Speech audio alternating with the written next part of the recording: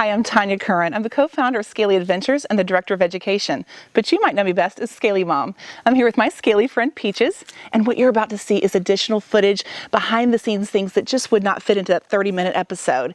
It was just so good though, because the professionals that we film with are passionate about sharing their knowledge with the next generation. So check out this educational footage and make sure to stay tuned to scalyadventures.com for a whole lot more.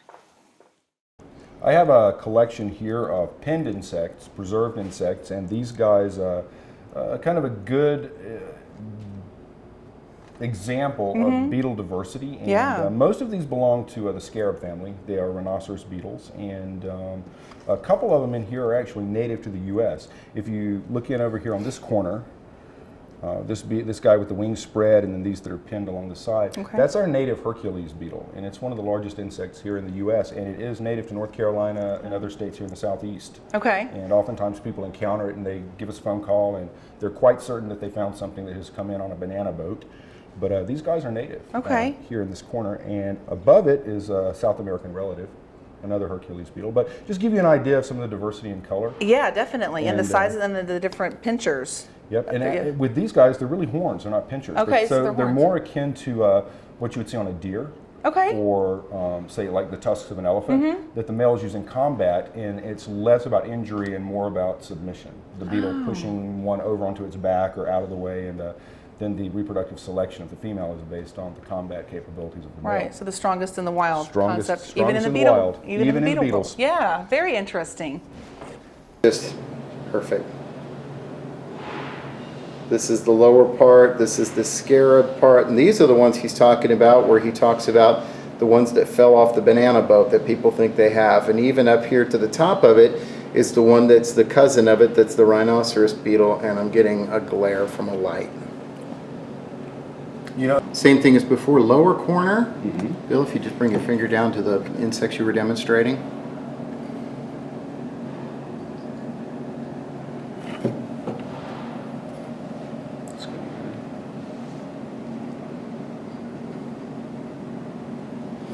Try to keep my shadow out of it. Now, another thing you were telling us was that these guys have almost like an auxiliary brain in each segment. Is that true? It is true. Arthropods, they have a brain. When we think of a brain in our head, they have a nerve bundle in the head that operates and also processes information that comes in from their sensory organs, like their eyes, like the antennae, the mouth parts. So when you look at the cephalization, that means specialization of the parts on the head.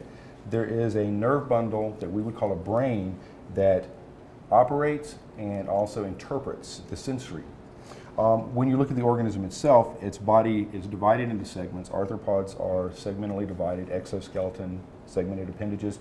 Each segment has a cluster of nerve cells that operates that particular segment and works in conjunction, in harmony with the other sections. Wow. So, for instance, with a cockroach, if it were to lose its head, it dies of starvation, not because it lost its head.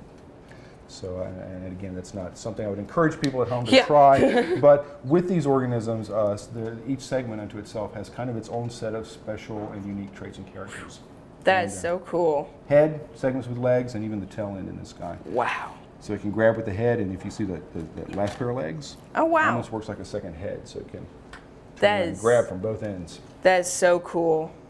Now, I definitely want to get some close-up footage. With the legs on this millipede, they move almost in a locomotive style movement. They do. They move in a wave, and as I was mentioning, each segment has its own little brain, its own little nerve group, but they communicate quite well, each from the head all the way down to the tail. And if you watch the legs, they move in a wave, a ripple effect. And in that ripple effect, you can see how it carries the organism forward. That's so cool. Thanks for showing us this. Would you like to hold this? Hold the millipede? Sure. I will let you hold the millipede, but we will keep the centipede contained. It tickles. It does tickle. Did you hold him? It feels cool. Does it? It's like a hand massage. This looks really, really good. The claws are almost kind of sticky. Well, they have the tarsal claws. Okay. And so when you look at the end of an arthropod's legs, they oftentimes have pads, and they also have little hooks. Oh. And those little hooks are what allow them to grab on and to hold. And this particular group of millipedes, this is a Tanzanian long-legged. They're actually quite arboreal. They spend a lot of time climbing up in the trees. Spend a lot of their life in the forest litter, And so they will migrate up into the trees, eat things like lichens and bark and decaying leaves and matter. You know, when you get into a jungle, there's so much just humid, organic matter in the tree barks. So they kind of like scour the trees, cleaning the trees off.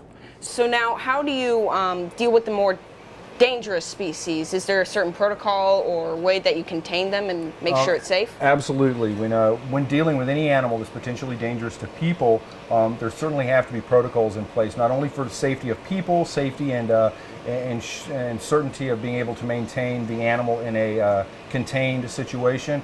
Here in the Arthropod Zoo, we do not specifically keep very dangerous organisms. There are a few that are venomous, most of which are mildly so and not known to be what's called medically significant, meaning that the risk factors and dangers are relatively low. We do, however, maintain 2 spiders that are well known to people here in the States, the black widows, of which there are several species, and the brown recluses, again, of which there are several species. And those are containerized in such a way to prevent escape and very limited access and use of those animals. Wow, this is very cool. Excellent. So what is your favorite animal here? Oh goodness, my favorite animal here in the museum or in the Arthropod Zoo? Let's go for the arthropod. Arthropod Zoo. Gosh, that's a hard question. Like I said, we're looking at 70% of the animal kingdom. I do tend to have kind of a fondness for beetles. I like a lot of the beetles. These hermit crabs, like what you have there in your hand, these are the terrestrial or land hermit crabs. I like those. I think that they're a fun animal. They're certainly expressive. People like them. They're appealing. That's a nice animal. Hard to really pick favorites. I like them all, but I think the beetles and perhaps some of the crustaceans are among my favorites. That's so cool. Thank you for showing us about this awesome job. Well, thank you. I appreciate you guys coming to visit us here at the North Carolina Museum of Natural Sciences.